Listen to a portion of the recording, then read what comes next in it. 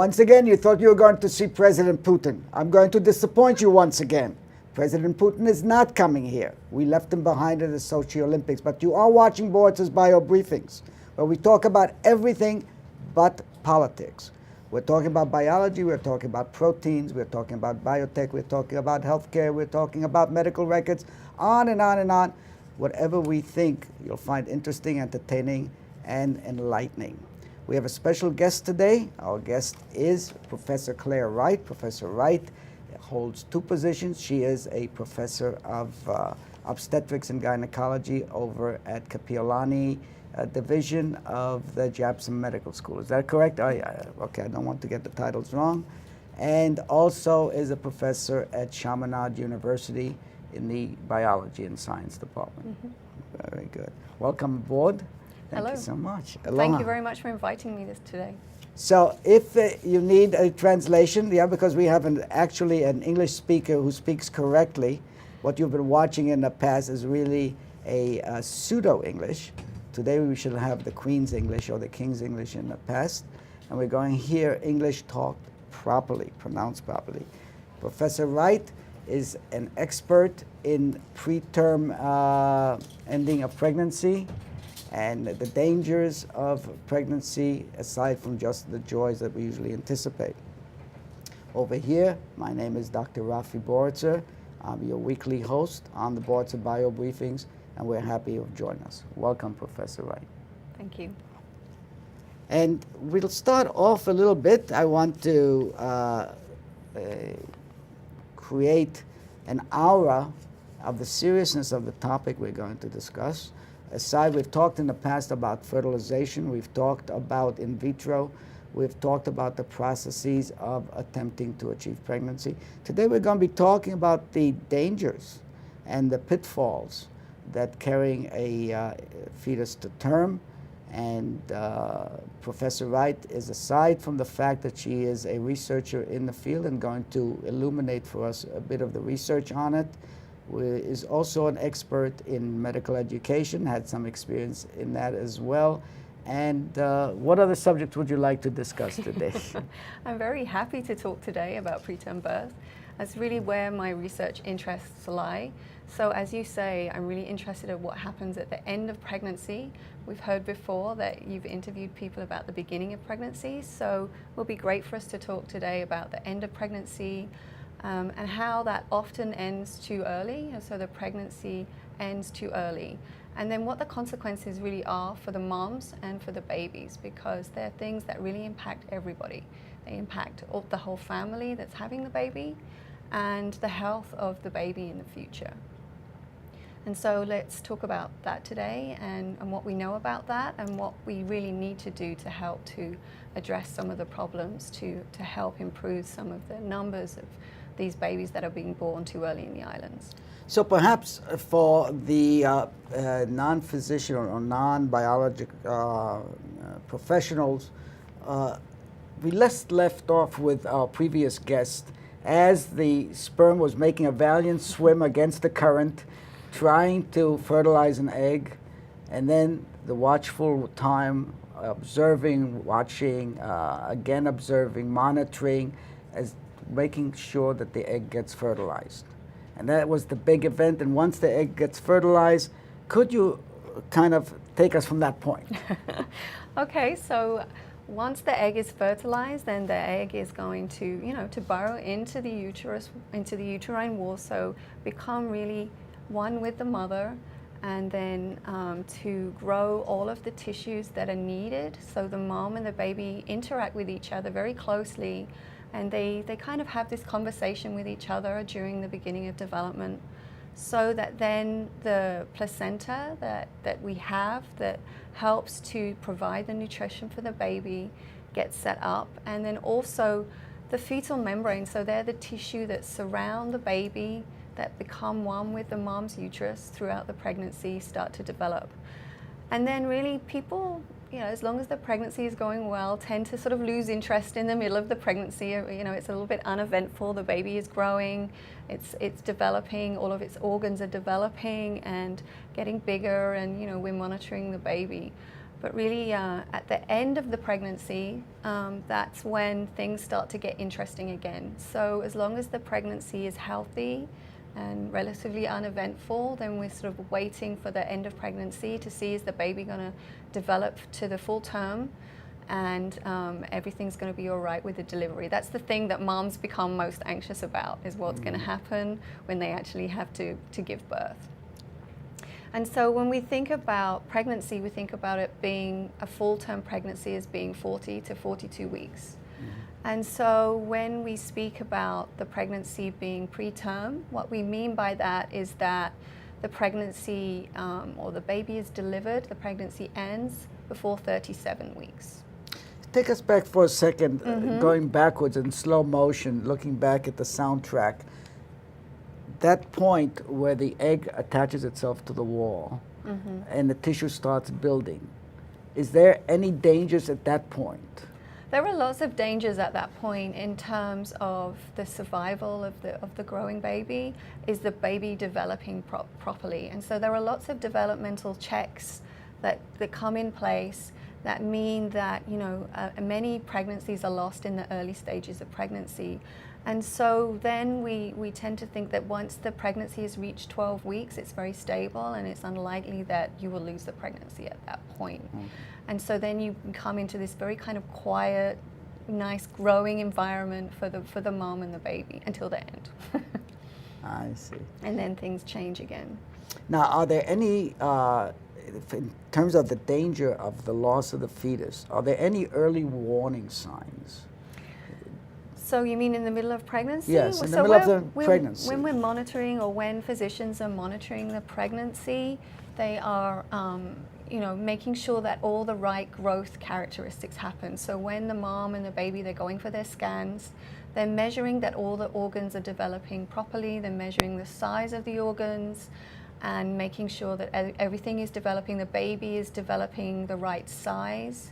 So often moms hear the physician say, okay, what percentile is your baby? So meaning, is the baby small for its age, large for its age? And that can give us clues to whether there's any problems with the pregnancy. So if a baby is small, it could be for a number of reasons. One of those reasons is maybe there are problems with the placenta and the baby's not getting enough nutrients and oxygen. Obviously, the mom looking after herself is very, very important. So to make sure that the mom is getting enough nutrition and enough activity to keep herself happy and healthy as well, that contributes to the baby's health and well-being. I see. Now, a lot has been stressed, especially in popular literature, that, as you say, the mother's behavior has some input or some effect on the pregnancy. Are Americans or people in general too worried about the behavior of the mother at this point? I think it's really clear that the behavior of the mother is very, very important.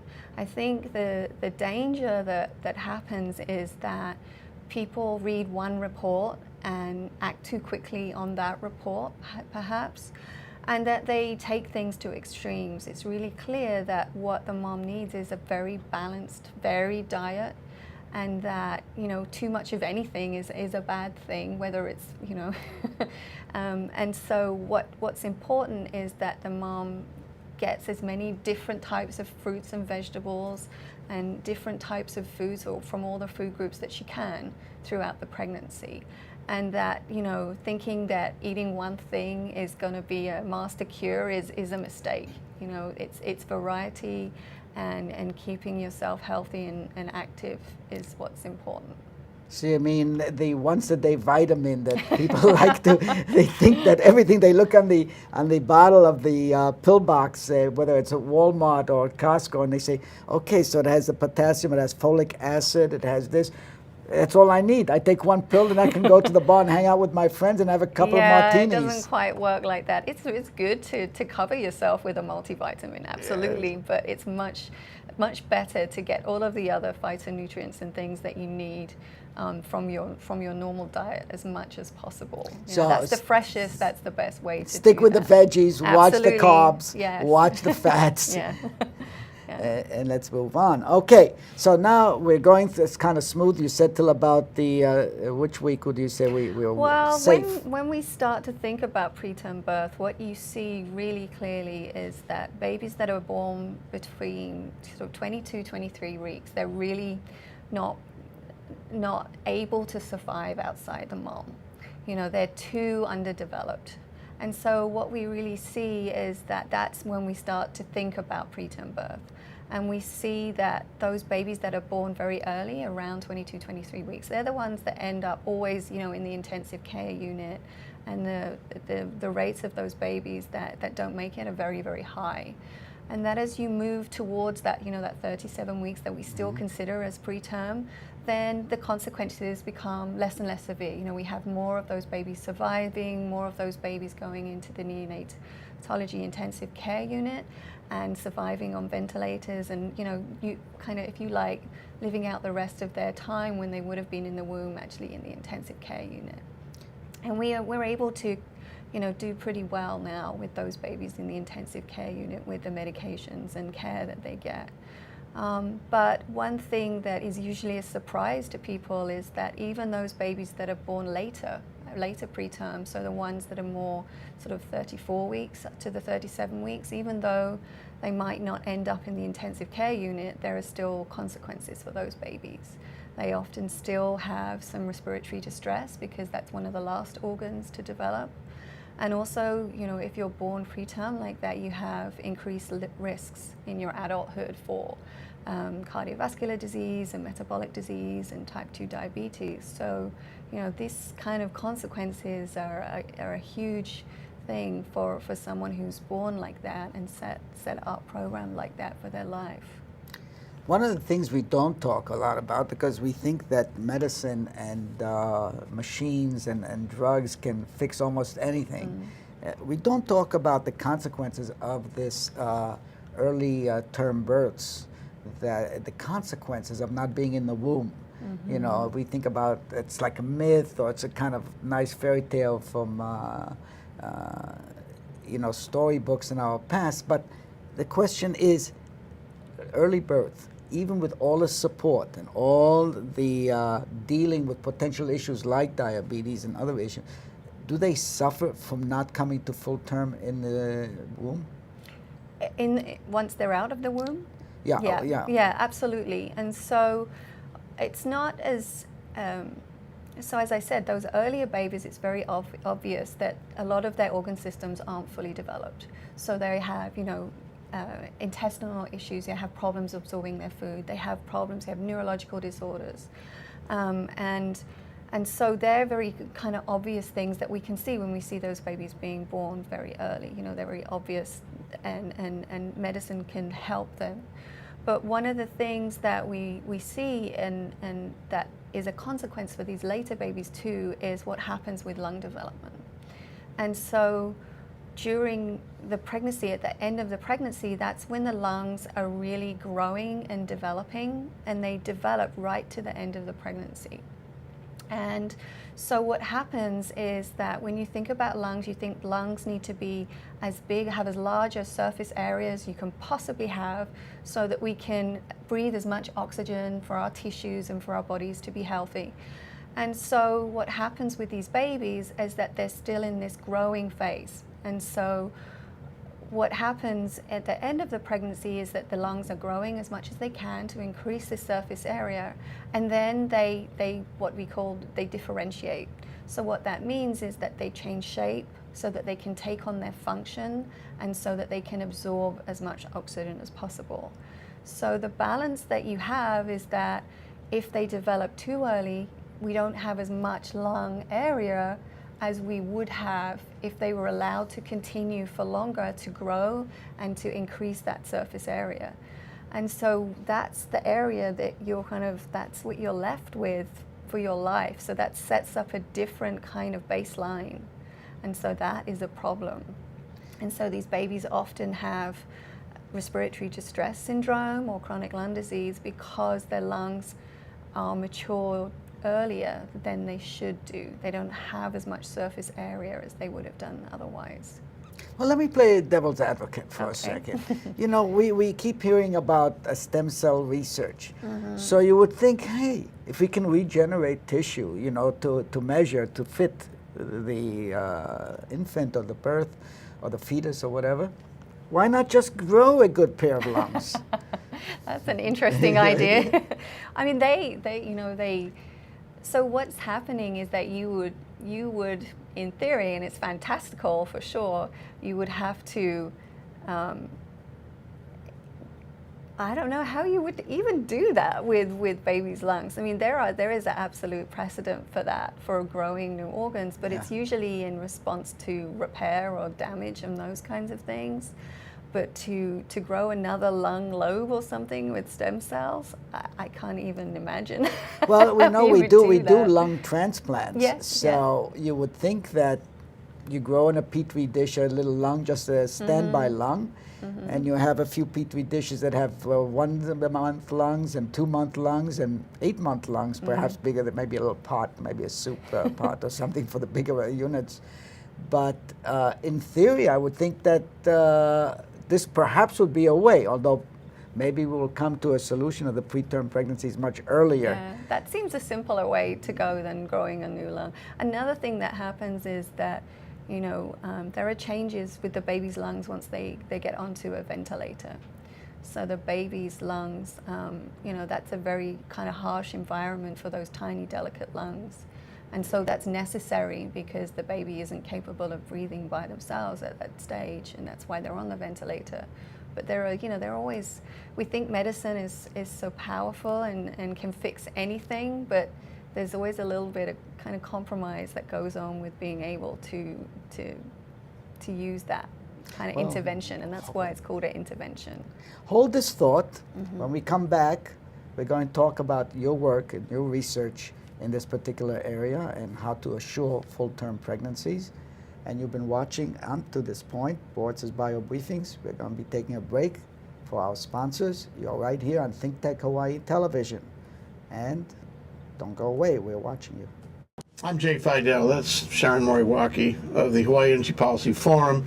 And every Wednesday we have Hawaii, the State of Clean Energy. We've been doing it for some time now, and we have some fantastic guests on there, unbelievable guests who give us insight into what is going on in a very complex, sometimes very confusing, sometimes very disappointing area of progress in the state. So we love doing this. We love meeting them. We love talking to them.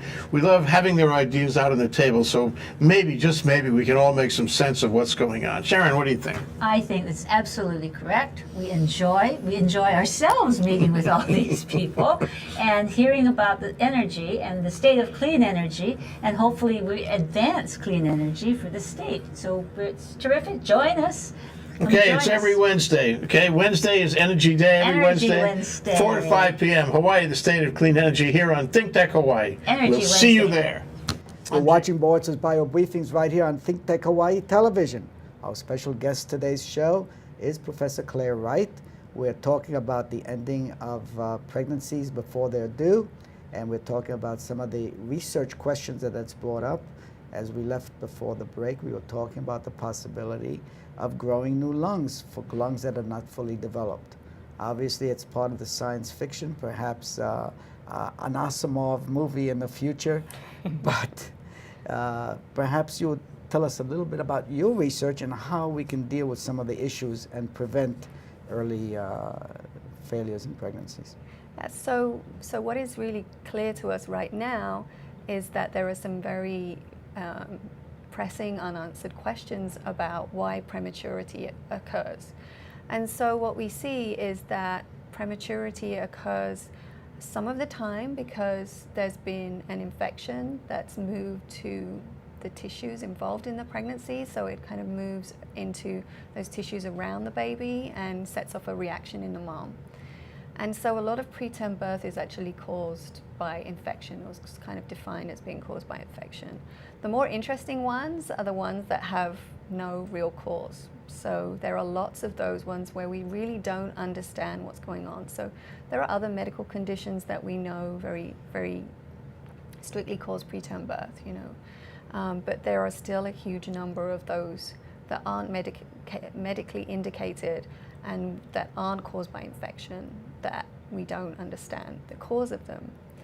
And so when we're thinking about preterm birth, we can think about what happens during delivery of a baby, and that the mom's uterus has to contract. So we have to be able to have that muscular tissue ready to, if you like, to push the baby out. That has to happen.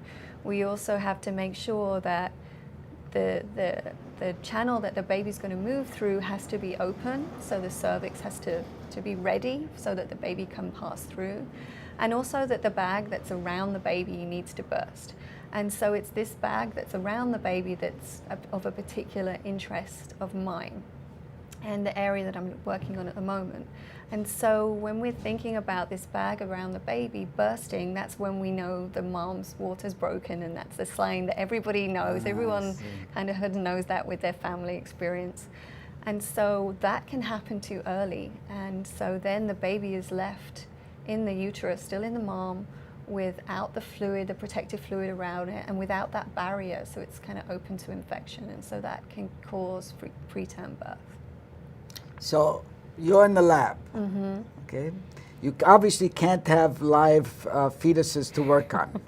No. There's some ethics issues involved. And so how do you conduct research in the prevention of premature birth? So what we do is we work very closely, my research group works very closely with the doctors at Kapiolani Medical Center for Women and Children. And so we collaborate with the surgeons there that are doing cesarean sections. And so some women that are at Kapiolani Hospital are having a cesarean section, not because they have anything wrong with their pregnancy, but perhaps because they had a cesarean section with their previous pregnancy. And so there's an increased risk that you will need one for your next pregnancy. Your pregnancy is perfectly healthy, it's going to term. And so what we do is we can use these tissues, we can collect them at cesarean section and study the tissues. We can study what's happening with the tissues and the normal processes. So we think if we can understand properly what's happening with the normal processes and what normally happens so that this bag bursts, so that the baby then can be delivered, then we can understand how that may or may not go wrong if this happens too early. So there are some huge problems with working with this tissue because this is at the end of the pregnancy. And usually, this is a waste tissue for the body. So the body isn't invested in this tissue anymore. It's not looking after this tissue anymore because it knows that during the final stage of delivery, you expel the placenta and the membranes too, and that's the end of your delivery. And so, it's really a challenge for us to work with this tissue when it's degraded, if you like, when it's run its course. And so we can collect this tissue, we can work with this tissue, we can look at what proteins are there and some of the mechanisms, and we can also isolate individual cells from this tissue too, and then look at how they react when we treat them with different things, and to try and understand, how the pathway fits together and what leads to the normal kind of weakening of this tissue.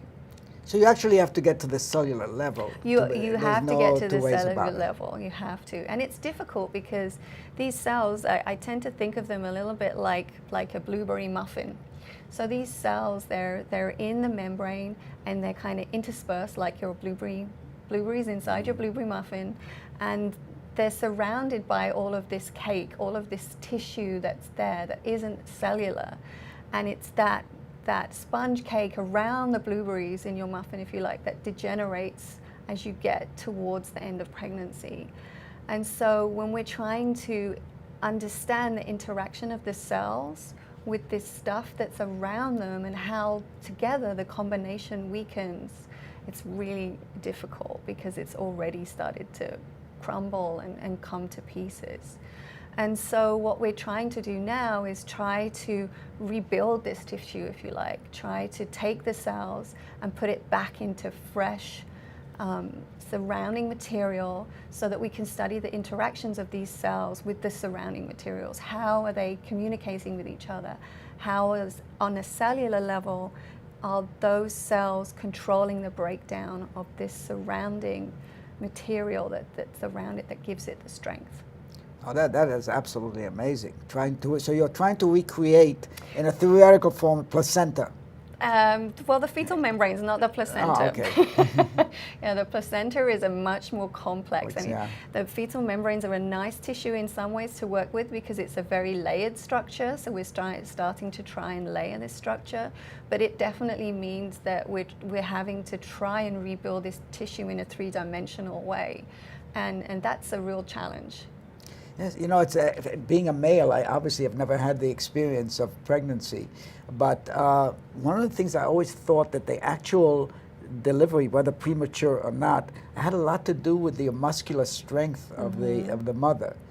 But perhaps this plays a very minor role, being able to expel the... That is really important. You're absolutely correct. The muscular strength, and that's why, you know, women that have significant scarring from a previous C-section, they're unable to then deliver that baby vaginally normally. And because of the scarring in the muscle, because the wave of muscle contraction moving through the uterus is starting at the top and moving in a wave through. And so if you have scarring there, the wave is stopped. It's like a barrier, and so you're not able to push the baby. So But part there's of so this many thing, other I things see. going on. So you mean there are about 12 to 12,000 layers of research that is required to properly put all this Absolutely. together. It's a hugely complicated process where many things are happening at once, and they need to synchronize so that you have, you know, a successful outcome at the end of the pregnancy. And so it's really suddenly, it seems to be not so surprising that if one of them, the timing is off, that the whole process can in some ways become dysregulated. One of the big issues in science in America, especially about 15 years ago under the presidency of George Bush, was the use of fetal cells, stem cells. And the question is, the lack of having fetal stem cells at the time, was that a barrier to further research in this particular area?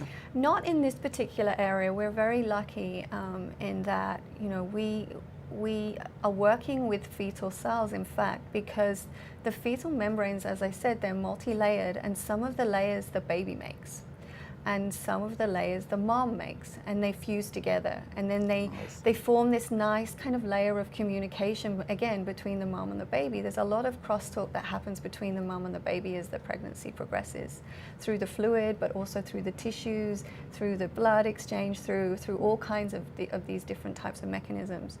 And so what you see is the innermost layers of this tissue the baby actually makes, and the baby makes really early in the pregnancy, before it even decides, you know, which parts of the growing fetus are going to be nervous system, and which parts of it are going to be gut, and which part of, you know, so it's very early during the pregnancy. And so these cells in the fetal membranes have very interesting characteristics in that they can be defined as fetal stem cells, but the fetus, because the fetus makes them, but there's no damage to the fetus, there's no kind of the ethical issues that you would have collecting these cells at the end of pregnancy that you would have with other fetal cells.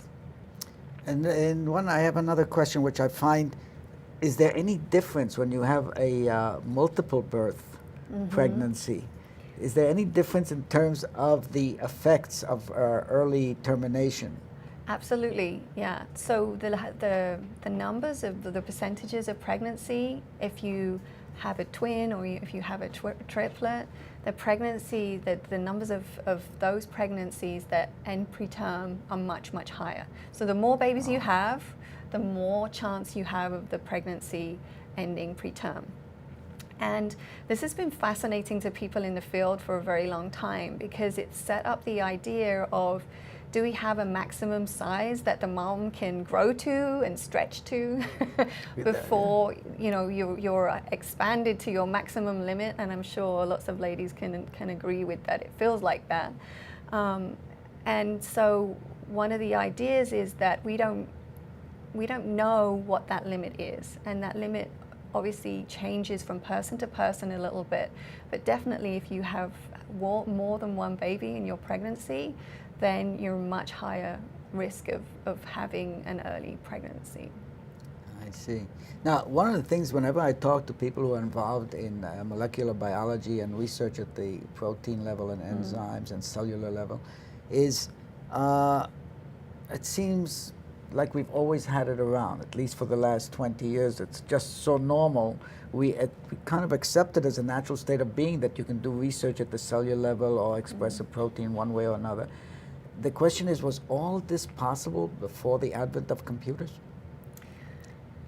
Before the advent of computers, in the way that we have them now and the speed that we have them now, no. Because the amount of data that we're able to process, especially in light of looking at changes in large numbers of proteins and large numbers of gene expressions. So what's happening, how are the cells reacting to different situations, different treatments, different medications, different times in the pregnancy. Now we can get huge amounts of information that we couldn't get before, and that is very much computer driven. So how do we manage, how do we crunch all of those numbers, how do we see how the puzzle fits together is very much driven by computers. Because some of those large, sort of looking at all the different proteins that you have or all the different genes that are working at one time in the body, it used to just absolutely overwhelm researchers. What do we do with, we don't know what to do with all this data. And it took time to build the tools, the computer-based tools, so that we can analyze this. We can see, okay, we have all of these from this pathway and all of these from this, and how do they fit together to be able to really understand the big picture of what that data was telling us. So actually you can do simulations on the Absolutely. computer. You don't even need a test tube, any liquid. You don't need to get the floor dirty, so to speak. People do that. People do that. They dedicate their life to running simulations and trying to understand, you know, if I change this one thing, what's the knock-on effect of the big picture? Hold that thought. We're going to take a break. You're watching Boritzer's Bio Briefings right here on ThinkTech Hawaii Television. And we'll be right back with our guest, Professor Claire Wright. Hi, my name is Dr. Rafi. Every week, I'm right here at ThinkTech Hawaii, 3 p.m. on Mondays. My show is Boritzer's Bio Briefings. What do we do here? Well, we watch sperm swim. We see if they catch anybody. We check out the latest biosimilars. You know, the kind that, what was his name? The guy with the bicycle? I guess we forgot his name, but he was taking EPO and other human growth factors. We'll be talking about human growth factors. You want to know where to get some? Maybe I'll tell. Anyway, you can catch me, as I said, every week right here, Monday, 3 p.m., ThinkTech Hawaii, Dr. Rafi. You can also find me on Twitter, BioInfoMedical. Or you can catch me on Facebook, Dr. Rafael Boritzer. I'll be happy to converse with you. Aloha. You're hot, we're not, and that's because you're watching Boritzer's Bio Briefings right here on ThinkTech Hawaii Television. We're talking with Professor Claire Wright, expert or extraordinaire on preterm ending of pregnancies, and we're talking about where science has come a long way to everybody's thinking on trying to find the causes of early termination of pregnancies. And we were talking about how science, the use of computers and modeling, has actually changed a lot of the research. Because when I talk to some of my friends at JAPSOM, I said, so you have to be careful you don't get your hands dirty in the lab. And they said, no, I wash my hands in the morning. So I gather that this is not a big issue to worry about the beakers and the smoking chemicals and everything of that nature. A lot happens under the microscope, and a lot happens on the computer screen and the modeling as well. Signals that a pregnancy is not going well. What are the signals? So usually the first thing that the mom knows about is so at the end, towards the end of the pregnancy, she has practice contractions. And so this is really one of the first things that the mom really notices is happening with her, and noticing that her body is changing and getting ready for the end of the pregnancy, so the delivery of the baby. So really how your body behaves in that nice quiet stage in the middle of your pregnancy is not what needs to happen at the end. And so in terms of danger signals, what might happen if the mom doesn't have an infection, or if the mom hasn't developed gestational diabetes or something like that, or if we've kind of got through those growth phases where, yes, the baby's growing properly and those kinds of things. then it's really is the mom's body ready too soon? In terms of, is the mom's body, the changes that have to happen, are they happening too early? And so you get some of those types of warning signals. Or you might even just get the case that the bag breaks early. So the bag just breaks one day and you don't really have much warning to that. The other thing that is interesting and that can cause preterm birth is the levels of fluid that are around the baby. So one of the things that physicians really monitor carefully is, towards the end of the pregnancy, what's happening with the fluid. Is there enough fluid for the baby? Is there not enough fluid for the baby? So that's also been an interest of my research group too.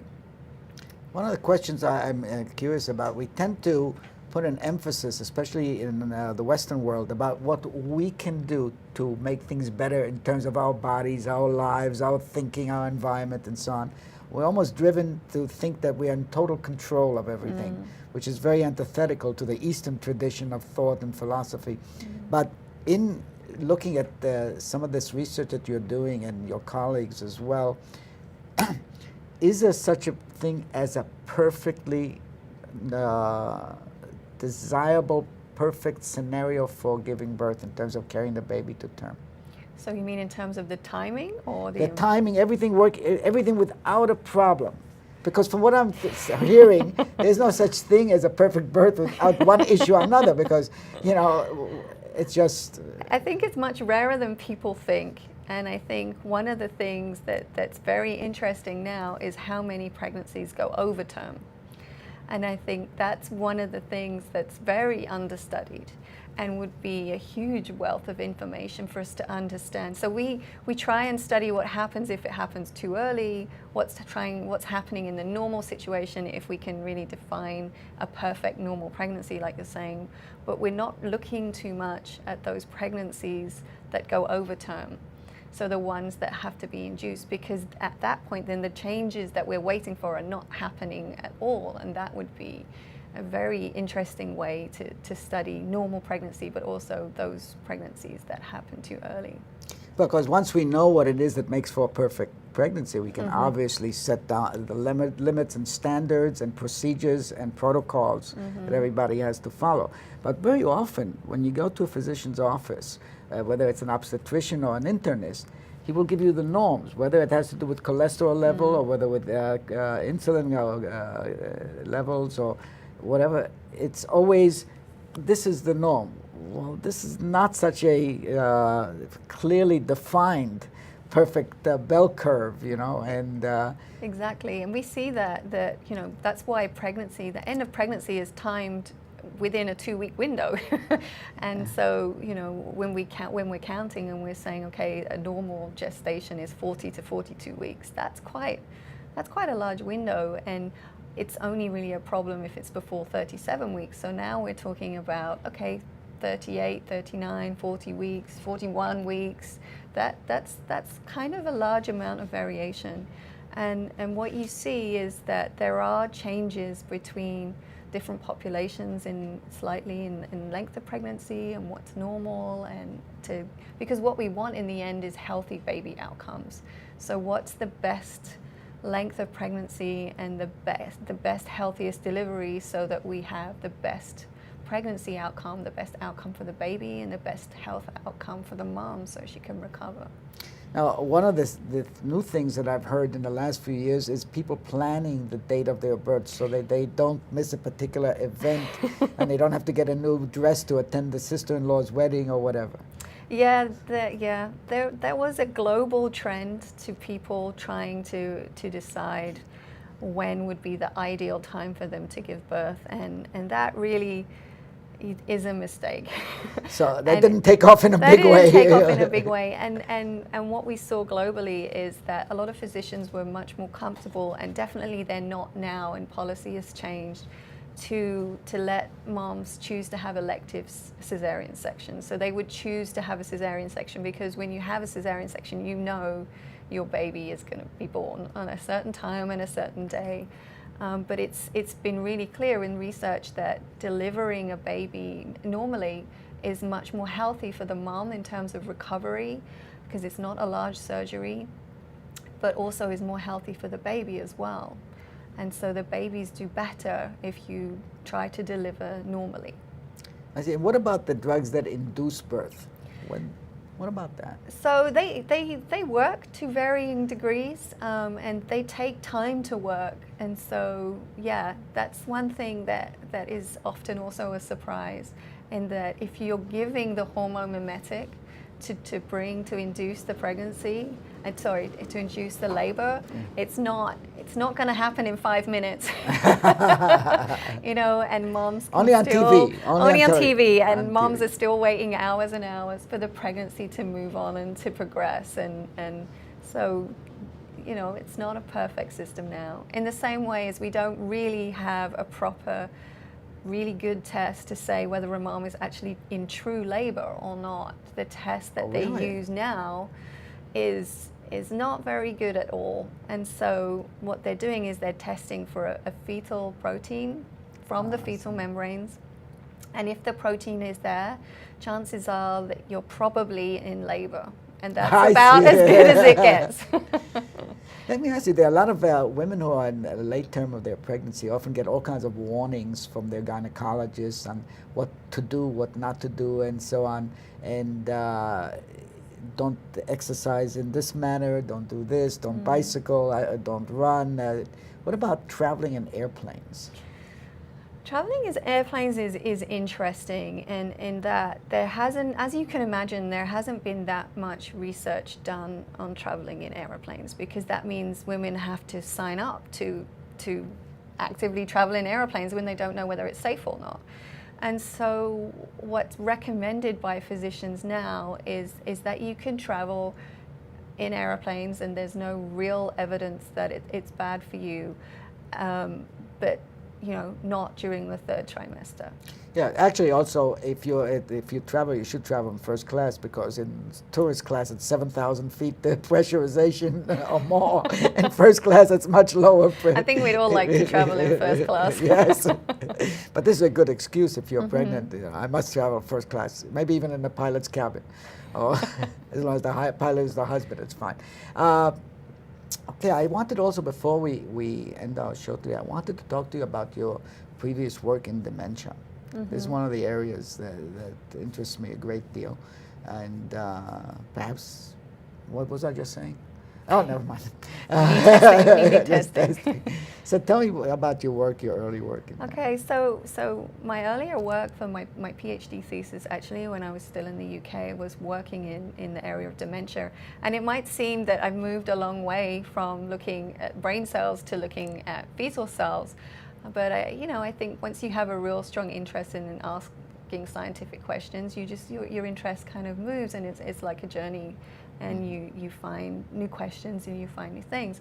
But for that work, I was working on Alzheimer's disease specifically, and I was working in a large consortium, and what we were trying to do was to understand a little bit more about how the pathology for Alzheimer's disease develops.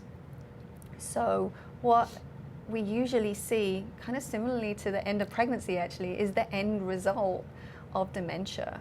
In that, we can't sample people's brains in the same way we can't sample people's fetal membranes. They need them while they have that function. And so what we would always see with dementia is end-stage disease usually. And so that made it very difficult to characterize. And so one of the things that's very devastating about dementia is that the amount of cell loss and the amount of damage that you have before you become symptomatic is huge. And so to really understand how the different features, so how the proteins that get misfolded and go wrong happen in the beginning of disease, was something that when I was doing my PhD was of great interest. And so what we were trying to do was to use examples of families that have very strong lineages of dementia, of Alzheimer's disease, and using that mutation that they have to study the processes, so to speed up the processes, and then looking at that developing in brains. So characterizing those features. So actually, you can only figure out that someone had Alzheimer's after doing a post-mortem. Pretty much, yeah. Yeah, and still, so diagnosis has moved on a little bit now since some of the MRI imaging techniques have got much, much better. There are some ways to see very early Alzheimer's disease using MRI imaging, so the magnetic resonance imaging that you can do, but you kind of need a heads up that you need to go and have a look in the first place. So that's the conundrum really. When do we have, with most people that maybe don't have a strong family history of dementia, which ones do we screen everybody? What do we do? And we look for those beginning changes to see that where we're losing the cells and essentially the brain is shrinking already, so that we can start to treat people earlier. So there were some very kind of challenging things with studying brain disease and aging. Yes, I know that in terms of dementia, and especially of the Alzheimer's type, the medication and drugs used are really at their infancy. I mean, drugs like Aricept and all these other ones that perhaps give a very temporary, not so much regression, but stopping the process at a certain stage that it's already at. Yeah, I mean, there's so much interaction between what's going on with the brain cells, but also what's going on with the immune cells in your brain.